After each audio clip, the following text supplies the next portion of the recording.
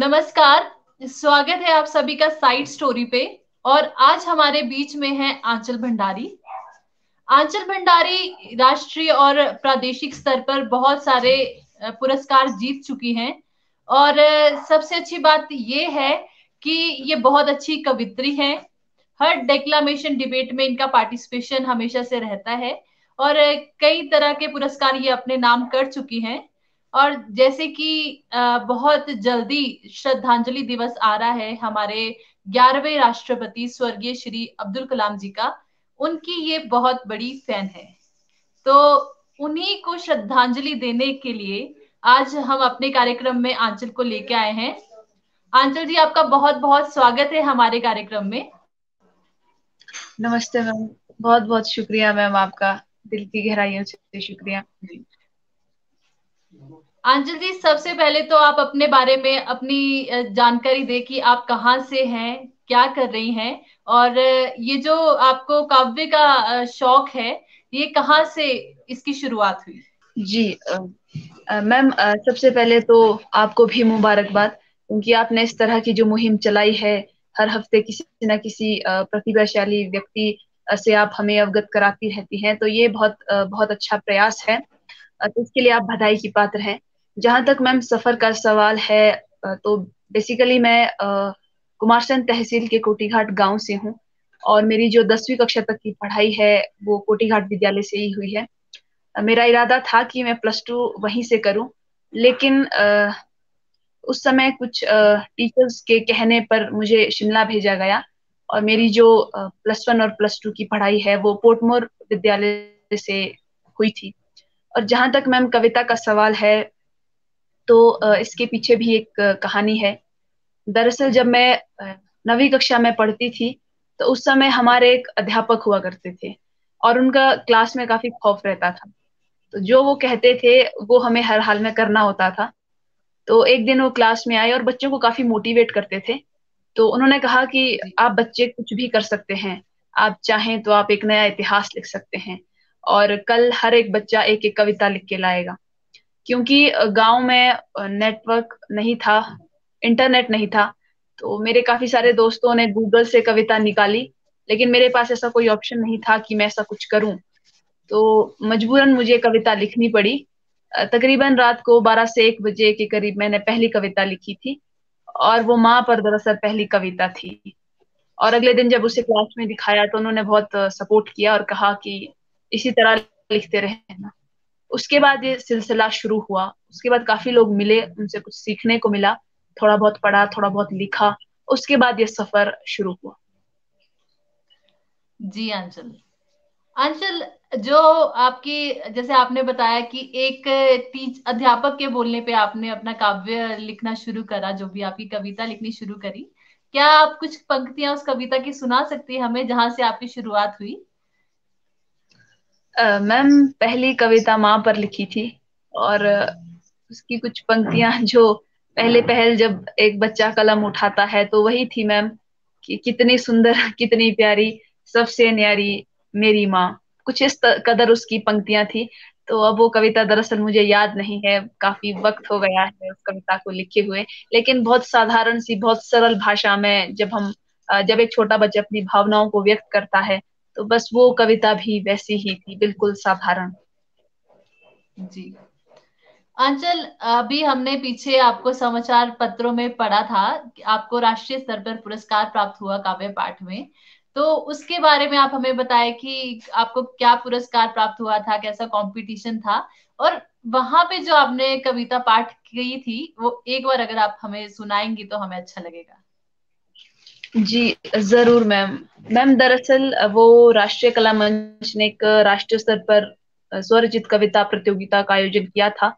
क्योंकि उसका जो 40% परिणाम था वो सोशल मीडिया पर रखा गया था। आपको जितने ज्यादा कमेंट्स, लाइक्स, व्यूज आते हैं, तो क्योंकि मैं सोशल मीडिया में ज्यादा सक्रिय नहीं हूँ और वो फेसबुक पे था, तो मुझे दरअसल उसमें पार्टिसिपेट ही नहीं करना था। क्योंकि होता है नेशनल लेवल का कंपटीशन है, पोजीशन आएगी नहीं आएगी, क्योंकि ये ह्यूमन नेचर रहता है। जब हम किसी काम को करते हैं तो हमें उसके रिजल्ट की भी एक रहती है कि हमें पॉजिटिव रिजल्ट मिलेगा। लेकिन मेरे कुछ दोस्तों ने कहा कि नहीं, आपको पार्टिसिपेट पार्टिसिपेट करना है, किसी भी हालत में करना है, और बाकी बाकी हम सपोर्ट कर लेंगे। तो दिए गए विषयों पर कविता लिखना थोड़ा सा मुश्किल रहता है, ऐसा मेरा मानना है। तो उसमें तकरीबन 7 से 8 विषय रखे गए थे। तो एक शक्ति विषय भी उसमें था। तो मुझे समझ नहीं आ रहा था किस संदर्भ में कविता लिखूं। तो एक महाविद्यालय के हमारे एक प्रोफेसर है, मेरी उनसे बात हुई। तो हिंदी के प्रोफेसर है, तो उन्होंने मुझे बताया कि शक्ति किस संदर्भ में आपने कविता लिखनी, किस तरह से लिखनी है। बस उन्होंने मुझे थोड़ा सा रफ मटेरियल उसका दिया, और उसके बाद मैंने कलम उठाई और वो कविता लिखी। तो उस कविता की पंक्तियां मेरे मेरे जहन में इस वक्त है कि अधर्म अन्याय अत्याचार का विनाश है शक्ति। अधर्म अन्याय अत्याचार का विनाश है शक्ति। शक्ति सत्य है, सच्चे मनुष्य का विश्वास है शक्ति। शक्ति केवल शब्द नहीं है, शक्ति की ना परिभाषा है। शक्ति स्वयं मनुष्य है, शक्ति मानव की आशा है। सीता की पवित्रता, रामचंद्र के मुख से निकले बोल है शक्ति। हनुमान की भक्ति, भरत का प्रेम बड़ी अनमोल है शक्ति। जब जब गिद्धों की नजरें पड़ी, तब तब शक्ति बतानी पड़ी। कुछ बातें मीठी बोली से तो कुछ गोली से समझानी पड़ी। अंधेरे में जगमगाने वाली दीपक की बाती है शक्ति। शक्ति लहू है, बलिदान है, गांधी की लाठी है शक्ति। भगत राजगुरु अशफाक उल्लाह खां का बलिदान है शक्ति। शक्ति दयानंद है, विवेकानंद का ज्ञान है शक्ति। 65-71 में जो भी हुआ वो पराक्रम है शक्ति। शक्ति सौरभ कालिया है, मनोज पांडे है, विक्रम है शक्ति। शक्ति संयम है, खामोशी है, अहिंसा है, और 98 में हमने जो किया वो परमाणु परीक्षण है शक्ति। शक्ति कल्पना है आसमान की, शक्ति अग्नि की उड़ान है। शक्ति तुम हो, शक्ति मैं हूं, शक्ति समूचा हिंदुस्तान है। युवा शक्ति है, शक्ति हिंद की, शक्ति हर इंसान है। शक्ति किसान, शक्ति विज्ञान, शक्ति घर घर ग्राम है। इनकलाब का नारा शक्ति, अहिंसा के मंत्र शक्ति है। कलम बच्चों की शक्ति है, विज्ञान के यंत्र शक्ति है। याद करो इतिहास, याद करो तलवारों को, याद करो दुर्गा काली को और झांसी की ललकारों को। और एक जो गुजारिश है इस कविता में वो यही है कि संस्कार हो घर की शक्ति, गुरुकुल में गुरु वशिष्ठ हो। जब इस तरह का कुछ मैंने मंजर देखा या इस तरह के कुछ तजुर्बे हुए, तब मैंने एक पंक्तियां लिखी कि संस्कार हो घर की शक्ति, गुरुकुल में गुरु वशिष्ठ हो। शिष्य राम लक्ष्मण की भांति, ज्ञान में सभी उत्कृष्ट हो। ईमानदारी हो जीवन का तरीका, सच्चा सबका कर्म हो। स्वार्थ के तराजू सब भूलें, इंसानियत सबका धर्म हो। आवाज दी है युवाओं को फिर से हिंदुस्तान ने, जरूरत है सहयोग की, ये कहा अटल कलाम ने। तो प्रतिभा को हथियार बनाकर शक्ति का ऐलान करो। बोल बहुत दिया हमने, अब करने का फरमान करो। बंजर जमी कहीं ना दिखे, चारों दिशाओं को गुलिस्तान करो। और इल्तजा मेरी कलम का है, घर घर को हिंदुस्तान करो। इल्तजा मेरी कलम का है, घर घर को हिंदुस्तान करो। शुक्रिया। बहुत सुंदर शब्दों में आपने शक्ति को बयां किया, और जिसमें मुझे लगता है कि आपने जो इतिहास से लेकर वर्तमान तक आपने सभी पहलुओं को छुआ है और शक्ति का असली मतलब बताया है। बहुत गर्व की बात है कि हमारे देश के युवा इतनी अच्छी सोच रखता है, इतनी गहरी सोच रखता है, और यहाँ तक सोच सकता है कि उन्होंने राम से शुरू करके सौरभ कालिया तक अपनी शक्ति को लेके गए हैं, युवाओं तक अपनी शक्ति को लेके गए हैं। तो हमें आप पर पूरा गर्व है आंचल। और इसके बाद आपसे मैं जो जानना चाहती हूँ आंचल, कि आप अब्दुल कलाम जी की बहुत बड़ी फैन है, आपने बताया कि आपके लिए वो बहुत मायने रखते हैं। तो अगर आप उनके बारे में हमें कुछ बताएंगे कि आपको क्या अच्छा लगता है, और उनके बारे में जो भी आप कहना चाहती हैं, हम सुनना चाहेंगे। मैम, मुझे एक पंक्ति याद आ रही है कि अच्छी सूरत को सजने की जरूरत क्या है, सादगी में भी कयामत की अदा होती है। तो ये पंक्तियां हिंदुस्तान की मिट्टी में जन्मी उस शख्सियत पर बहुत अच्छी लगती हैं, जिन्होंने अपने विचारों से समस्त विश्व को झुकने पर मजबूर किया। और उनका उनका अंदाज, उनका मिजाज और उनकी सादगी पर हमेशा से कलम फिदा रही है। उनका जिस तरह का जीवन था और उन्होंने जो वतन के लिए किया, उन्होंने जो मिट्टी के लिए किया, मुझे लगता है ये मिट्टी हमेशा ऋणी रहेगी उनकी। और ऐसा नहीं है कि इस मिट्टी ने सिर्फ एक कलाम को जन्म दिया है, इस मिट्टी ने ना जाने कितने कलाम को जन्म दिया है। लेकिन क्योंकि बात कलाम सर की हो रही है तो उन्हीं पर बात करेंगे। दरअसल मैम, उनका जो जिंदगी जीने का जो तरीका था, उनका जो नजरिया था, वो अपने आप में कहीं ना कहीं जमाने से थोड़ा हटके था। और उनका जो पागलपन था, उनका जो सपनों को लेके जो उनका उनका जो रवैया था, समंदर किनारे बैठना, फिर पंछियों को देखना, फिर कल्पना करना कि मुझे भी उड़ना है, तो मुझे लगता है इससे बड़ी इंस्पिरेशन हमें कहीं मिल नहीं सकती। और आज के दौर में जब हम छोटी छोटी समस्याओं को लेकर बहुत उलझ जाते हैं और कहीं ना कहीं हम बहुत नकारात्मक दृष्टिकोण अपना लेते हैं, तो मुझे लगता है ऐसे में कलाम सर को पढ़ना बहुत ही जरूरी है। क्योंकि एक किस्सा मुझे उनका याद आ रहा है, जब उन्होंने एमआईटी में एडमिशन लिया था, तो उनके पास पैसे नहीं थे फीस के लिए। तो क्योंकि उनको अपने सपनों को किसी भी हाल में पाना था, तो उनका एडमिशन तो हो गया, लेकिन उनके पास पैसे नहीं थे। तो उस समय उनको 1,000 रुपए की जरूरत थी, और उनका घर वो इतना बड़ा घर नहीं था जिसे वो गिरवी रख सके, एक छोटी सी झोंपड़ी थी। तो उनकी बहन ने अपने हाथ के कंगन और गले का जो हार होता है उसे गिरवी रखा था। अभी हम लोग जब इस बात को सुन रहे हैं तो कहने और सुनने में बहुत आम लगती है, लेकिन एक पल के लिए सोच के देखिए, हमारे साथ अगर ऐसा कुछ हो जाए तो हम हमारी उस समय परिस्थितियां क्या रहेंगी। मुझे नहीं लगता कि हम अगर हमारे साथ ऐसा कभी कुछ हो जाए तो हम उस चीज में आगे कुछ कर पाएंगे। हम सोचेंगे नहीं, इसमें पॉसिबल नहीं है, क्योंकि सक्सेस की गारंटी नहीं है आपको सक्सेस मिलेगी या नहीं मिलेगी। तो उस वक्त उन्होंने समस्या पर विचार नहीं किया, बल्कि समाधान पर विचार किया। उनको मालूम थी ये बात कि उनकी बहन ने उनके लिए जेवर गिरवी रखे, अपने गले का हार गिरवी रखा है, तो उनको किसी भी हाल में स्कॉलरशिप लेनी है, अपना बेस्ट देना है, और उनकी बहन ने जो उनके लिए किया उसका कर्ज अदा करना है। और यकीनन मानिए उसके बाद उन्होंने वही किया, स्कॉलरशिप ली, और उनका उनकी बहन ने जो उनके लिए कर्ज अदा किया था उसका ऋण उन्होंने उस तरह से चुकाया। कलाम सर के कई ऐसे किस्से हैं जिन्हें आज भी जब हम पढ़ते हैं तो एक उम्मीद जगती है कि जिंदगी है तो हर चीज संभव है, बस प्रयत्न की जरूरत है। बिल्कुल बिल्कुल, हम आपकी बात से बिल्कुल अपनी हम बिल्कुल मानते हैं, जो आप कह रही हैं वो बिल्कुल सही है। क्योंकि मैंने हमेशा देखा है कि जब भी हम असफल होते हैं जीवन में, तो बहुत सारे लोग होते हैं जो हमें सुनाने लग पड़ते हैं हमारी असफलता के ऊपर, कि आप सफलता प्राप्त नहीं कर पाए या ऐसा जो भी है। ये समाज है और समाज में कई तरह के लोग रहते हैं जिनका हमें सामना करना पड़ता है। और एक अब्दुल कलाम थे जिन्होंने असफल होके भी असफलता को सफलता की पहली सीढ़ी बताया, और बोला कि जो इंसान असफल नहीं हुआ उसे सफलता का कभी स्वाद आ ही नहीं सकता। और उनकी बदौलत जब भी ऐसा लगता है कि हार रहे हैं, तो उनको याद करके कि नहीं, उन्होंने अपनी असफलताओं को से ही सफलता का रास्ता बनाया। कहीं ना कहीं मुझे लगता है कि हर एक इंसान के अंदर एक जज्बा भर जाता है दोबारा खड़ उठने का। और यदि आपने उनके ऊपर कोई कविता लिखी है तो हम सुनना चाहेंगे आंचल। बिल्कुल मैम। दरअसल कलाम सर पर लिखना थोड़ा सा मुश्किल रहता है, क्योंकि वो एक ऐसी शख्सियत है जिन पर ना जाने कितना कुछ लिखा जा चुका है, और फिर भी उसकी कोई सीमा नहीं है। तो एक छोटी सी कविता है दरअसल, जो उनके लिए समर्पित है। और कविता में जो अल्फाज है उससे आप जान जाएंगे कि किस संदर्भ में कविता लिखी है। कि जब आएंगे सितारों के शहर में सितारा बन, देंगे तुम्हें हिसाब उन ख्वाबों का जिन्हें देखा था मैंने तुम्हारी आंखों से। जब आएंगे सितारों के शहर में सितारा बन, देंगे तुम्हें हिसाब उन ख्वाबों का जिन्हें देखा था मैंने तुम्हारी आंखों से। वो ख्वाब जो रह गए थे अधूरे तुमसे, जहन में रख तुम्हें की कोशिश उन ख्वाबों को पूरा करने की। कितने चेहरों पर लाई मुस्कान, कहाँ कहाँ जलाए चिराग, डूबती कश्तियां कैसे लगाई किनारे, आंसुओं को हथेली पर रखकर कैसे तालीम दी उदासी को मुस्कुराने की।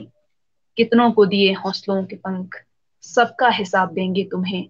तुम्हारे कदमों में गिरकर नतमस्तक होकर पढ़ेंगे तुम्हारे हक में कुछ दुआएं। तब धीरे से कहोगे तुम, बस भी करो अब, अभी न जाने कितने कलाम पैदा करेगी ये मिट्टी। और ये है एक कविता जो मैंने उन पर लिखी थी। और क्योंकि जो कलाम सर का जो ग्रुप था, उनके जो आसपास के लोग थे, वो भी अपने आप में काबिलियत तारीफ है। उनका जो ग्रुप था जी। उन्हें सनकियों का ग्रुप कहा जाता था। तो उसी जब मैंने वो किस्सा पढ़ा, और तभी मेरे मन में कुछ पंक्तियां बनी। वो पंक्तियां इस कदर हैं।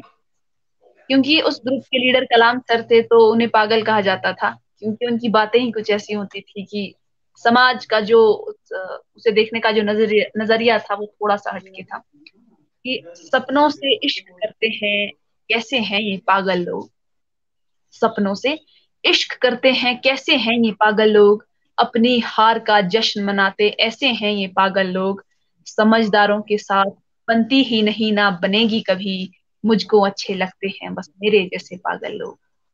गहरी नींद में खोकर जब सपने देखती है दुनिया, जगते रहते हैं उस वक्त मेरे जैसे पागल लोग, गवारा नहीं है किसी को भी जो मैं कहूँ उसे सुनना, खुद के साथ अक्सर बातें करते रहते पागल लोग। कई सपने साजिश की आग में जलकर राख हो गए, कई सपने साजिश की आग में जलकर राख हो गए, वो देखो फिर से ख्वाब बुनने लग गए हैं पागल लोग, और एतबार किसी पर नहीं बस खुद के पागलपन पर है, एक नया इतिहास लिखने निकल पड़े हैं पागल लोग, एक नया इतिहास लिखने निकल पड़े हैं पागल लोग। शुक्रिया। बहुत बहुत बढ़िया शब्द आपने लिखे हैं आंचल। हम कह सकते हैं कि आपके शब्दों में जादू है कि जब भी हम सुन रहे हैं उसमें खो जाने का मन कर रहा है। और ये आपका टैलेंट ही है, आपकी प्रतिभा ही है कि आप शब्दों को इतना सुंदर पिरो के लिख रही हैं। और आंसर सबसे बड़ी बात, सभी कहते हैं कि यदि कोई बड़ा व्यक्ति होता है तो उसका उसके अगर हम सोचते हैं कि किसी ने बहुत बड़ा काम किया है तो कि वो बहुत ही जैसे मतलब बोलते हैं सादगी भरा नहीं होगा, इतना सादा नहीं होगा जितने अब्दुल कलाम थे। और उनके जो सपने पूरे नहीं हुए, उन्होंने उनका कभी पीछा नहीं छोड़ा। जैसे वो पायलट बनना चाहते थे तो वो सफर उन्होंने जरूर पूरा करा, चाहे वो राष्ट्रपति बन के करा। ऐसा नहीं है कि वो बनना चाहते थे और वो अगर मिसाइल की फील्ड में आ गए तो उन्होंने अपने उस सपने को पीछे छोड़ दिया।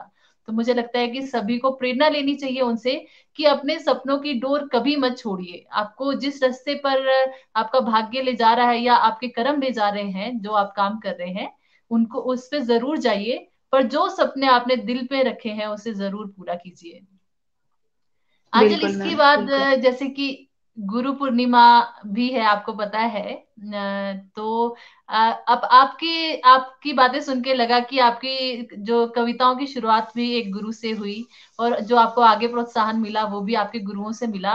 तो मैं चाहती हूँ कि आज अपने जो आप आपके अध्यापक हैं, ये जो आपके टीचर आपकी जिंदगी में बहुत मायने रखते हैं, आप उनके लिए कुछ शब्द कहें और उनका नाम लेकर बताएं हमें। ताकि क्योंकि हम अपने इस प्रोग्राम में जरूर कोशिश करते हैं कि जितने भी अध्यापक हैं, क्योंकि कहीं ना कहीं हर एक गुरु की भूमिका बहुत महत्वपूर्ण रहती है एक शिष्य की जिंदगी में, मुझे ऐसा लगता है। तो हम उनको हर तरह का सम्मान देना जरूर चाहते हैं। तो आपकी जैसी एक हम कह सकते हैं कि झांसी की रानी, जिसकी आवाज में बिल्कुल दड़दड़ाहट हो, उससे निकालने वाले जिन गुरुओं का हाथ है, हम उनके बारे में जरूर जानना चाहेंगे और आपके दो शब्द उनके लिए जरूर सुनना चाहेंगे।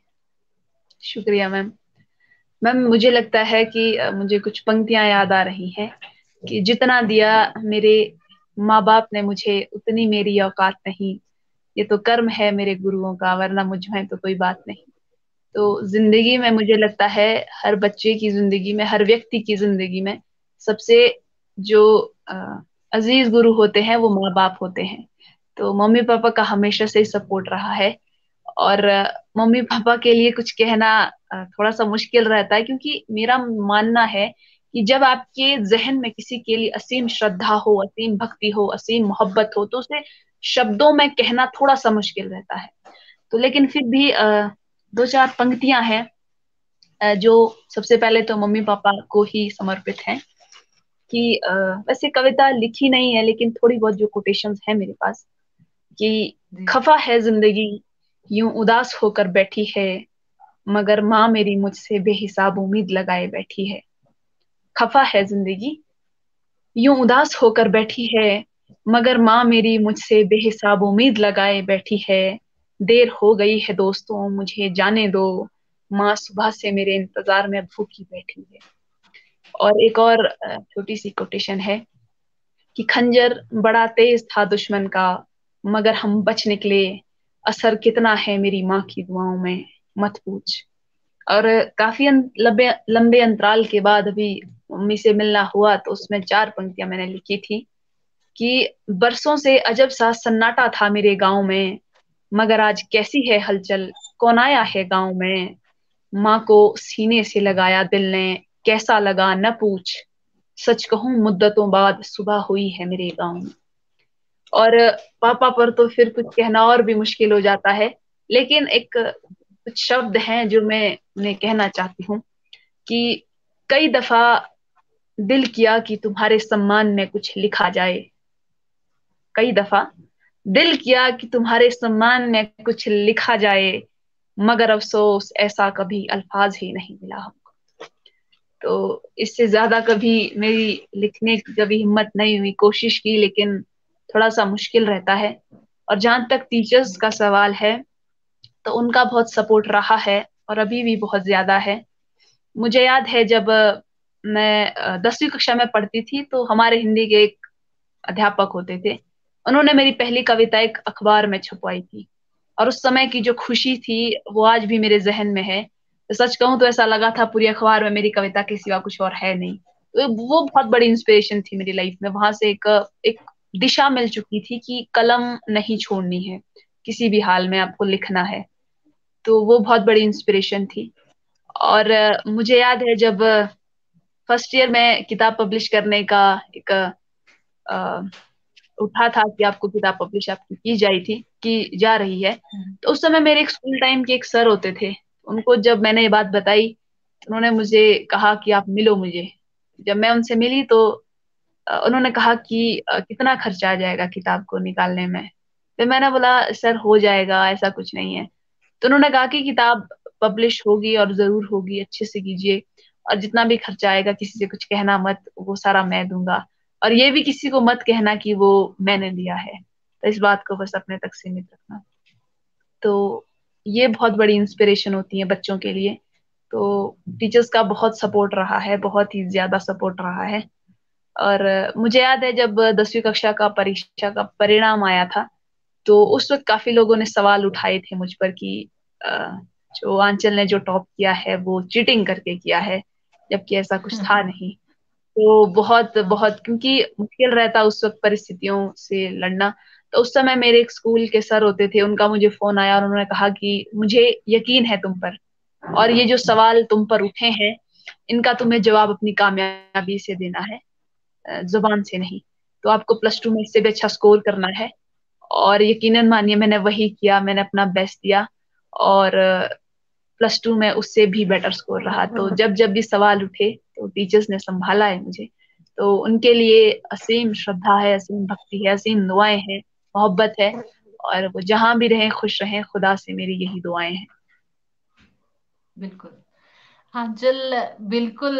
मैं यही कहना चाहूंगी कि एक बच्चे के जीवन में प्रथम गुरु तो माता पिता ही होते हैं। ये सभी को पता है कि जो हम अपने शुरू का सीखते हैं वो सब माता पिता के संस्कार होते हैं, उनकी तालीम ही होती है जो हम अपने जीवन में उतारते हैं। और उसके बाद गुरु आते हैं हमारे, जो भगवान स्वरूप होते हैं, जो हमें संभालते हैं। और आज आपसे ये प्रश्न पूछने का मेरा मकसद केवल यही था, क्योंकि अब्दुल कलाम खुद बच्चों को बहुत प्यार करते थे। और वो जब भी बच्चों के बीच में जाते थे तो उनका मन करता था कि मैं दोबारा से वो बचपन जी सकूं। तो इसीलिए कि एक, यदि एक व्यक्ति आपके पीछे दीवार बनकर खड़ा रहता है जब आप गिरने लगते हो, तो वो इंसान कुछ भी कर सकता है। और देखिए आज, अगर आंचल के अध्यापक ने उन्हें संभाला नहीं होता जिस समय समाज उनके ऊपर उंगली उठा रहा था, तो आज ये हमारे बीच में ना होती और आज इनके शब्द हम सुन नहीं पाते। तो ये एक, मैं कह सकती हूँ कि जो हमारे गुरु होते हैं वो जादूगर होते हैं, जिनको ये पता होता है कि बीज में से एक पेड़ कैसे उगाना है। और हम यही समझते हैं कि हम में कुछ नहीं है, क्या है, हम छोटे से, हमारे अंदर कोई प्रतिभा नहीं है, परंतु उनको पता होता है कि उन्हें किस तरह से अ, आगे हमें बढ़ाना है, हमारी प्रतिभा को निखारना है। तो हमारा कार्यक्रम जितने भी गुरुजन सुन रहे हैं, जितने भी माता पिता सुन रहे हैं, उन सभी को मैं दिल से नमन करती हूँ। आप सभी का बहुत बड़ा योगदान रहता है किसी भी बच्चे के जीवन को संवारने में, सुधारने में। आगे अंचल, बिल्कुल मैम। जैसे कि आपको पता है कि इस जो कार्यक्रम को मैंने थोड़ा युवाओं के ऊपर केंद्रित रखा है, जो हिमाचल के युवाओं में बहुत सी प्रतिभा है और आपका कॉन्फिडेंस तो मैंने देख रखा है कि जब आप कविता बोलती हैं तो आप, हमारी नजरें आपसे नहीं हट सकती, ये मेरा दावा है कि केवल आपके आपके शब्द सुनने और आपके एक्सप्रेशन देखने पे ही अटक जाता है इंसान यदि आप सामने होती हैं। तो ऐसे में मैं चाहती हूँ कि आप उन युवाओं को कोई ना कोई संदेश दे जिनमें प्रतिभा बहुत है पर सामने आने से घबराते हैं या अपनी प्रतिभाओं को कहीं दबा कर रख देते हैं। तो उनके लिए अगर आप संदेश देगी तो बहुत अच्छा रहेगा। जी बिल्कुल मैम। मुझे कलाम सर का एक किस्सा याद आ रहा है जो मुझे लगता है मुझे कहना चाहिए। जब एक परीक्षण सक्सेसफुल रहा था, तो उनके जो मित्र थे सतीश धवन जी, उन्हें प्रधानमंत्री इंदिरा गांधी जी का फोन आया कि हमें आपसे मिलना है, मुझे कलाम से मिलना है। तो सतीश धवन जी ने जब कलाम सर को फोन किया कि प्रधानमंत्री जी मिलने बुला रही हैं, तो कलाम सर के पांव तले मानो जमीन खिसक गई हो। वो एक बच्चा जिसने झोंपड़ी में मोमबत्ती की रोशनी में पढ़ा था, वो एक बच्चा जिसने समंदर किनारे सपने देखे थे, वो एक बच्चा जिसने सपनों की उड़ान के लिए गहने तक गिरवी रख दिए थे, उस बच्चे से आज प्रधानमंत्री जी मिलना चाहती है।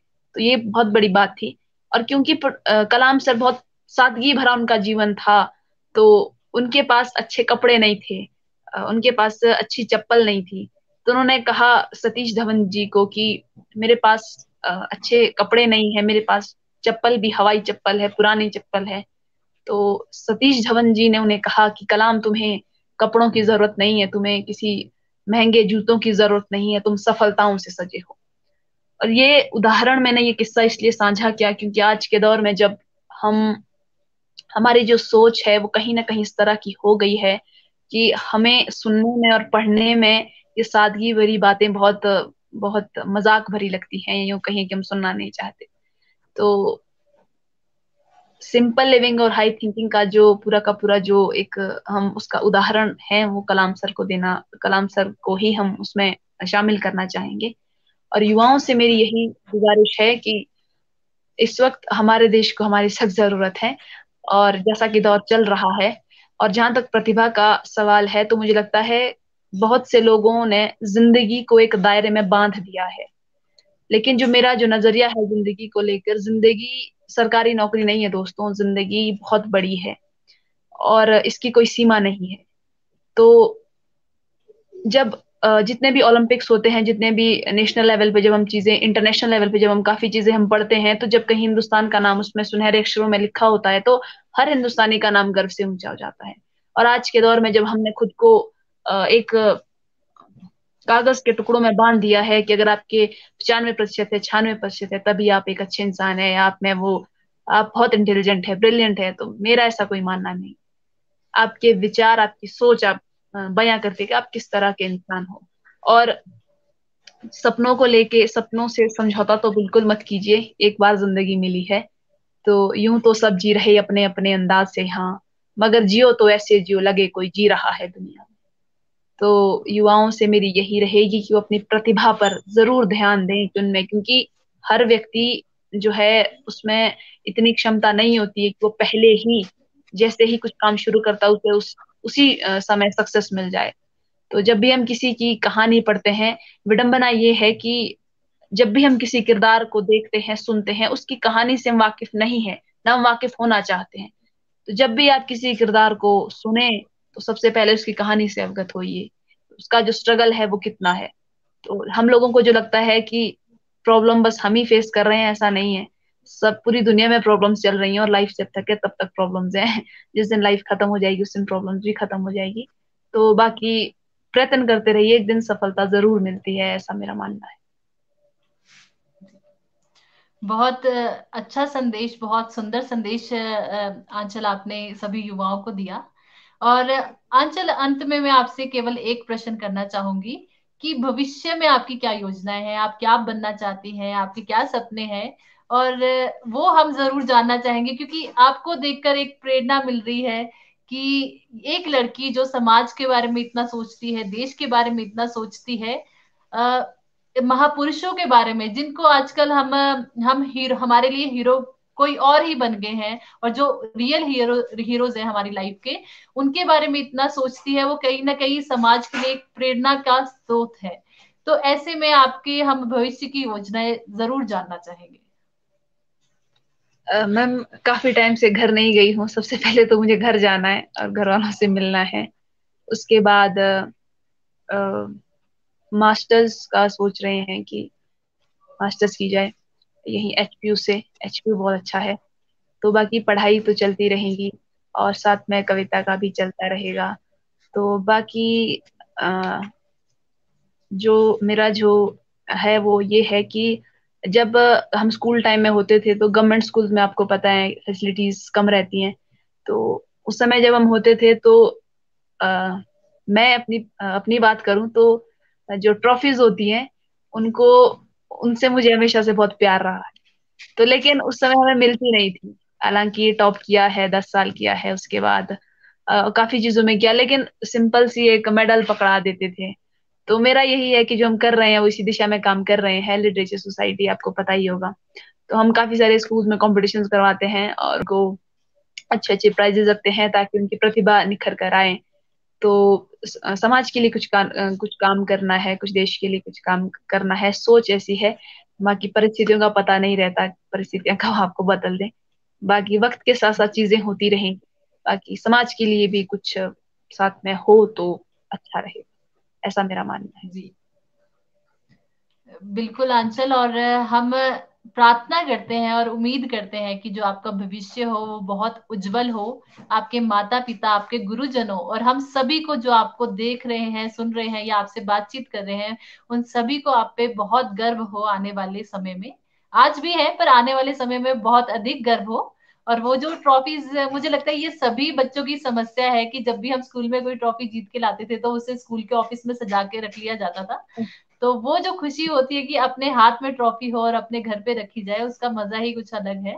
तो हर बच्चे को इस दिशा में जरूर प्रयास करना चाहिए, ऐसे कॉम्पिटिशन्स पे जरूर जाना चाहिए जहाँ पे उसकी जो ट्रॉफी हो वो उसकी अपनी हो, उसके अपने हाथ में हो। ये हम हमें भी उम्मीद है कि आपके पास बहुत होंगी भी, और आने वाले समय में भी आपको बहुत मिलेगी। तो शुक्रिया। इसी के साथ ही आंचल, आपका बहुत बहुत धन्यवाद। आप हमारे कार्यक्रम में आई, आपने अपनी इतनी अच्छी अच्छी कविताएं हमारे साथ साझा करी, अपने इतने अच्छे अच्छे विचार हमारे बीच में रखे। और साथ ही मैं शुक्रिया। सभी दर्शकों का भी बहुत बहुत धन्यवाद करना चाहती हूँ कि उन्होंने वो हमारे कार्यक्रम से जुड़े, हमारे कार्यक्रम सुन रहे हैं और हमें प्रोत्साहित कर रहे हैं युवाओं को सामने लाने के लिए। रोज नए नए चेहरों को की डिमांड हमारे पेज पे आती है कि हम उन्हें सामने दिखाएं। तो ऐसे में आपका सहयोग हमारे लिए अमूल्य है। इसी तरह अपना साथ हमारे साथ बनाए रखें। और यदि आप भी किसी और चेहरे को हमारे पेज पे देखना चाहते हैं और उसकी मेन स्टोरी जानना चाहते हैं, तो हमारे पेज पे कमेंट करके या मैसेज करके जरूर बताएं कि आप अगला चेहरा किसका देखना चाहते हैं। इसी के साथ ही मैं कार्यक्रम संपन्न करने की अनुमति लेती हूँ। आप सभी का बहुत बहुत धन्यवाद।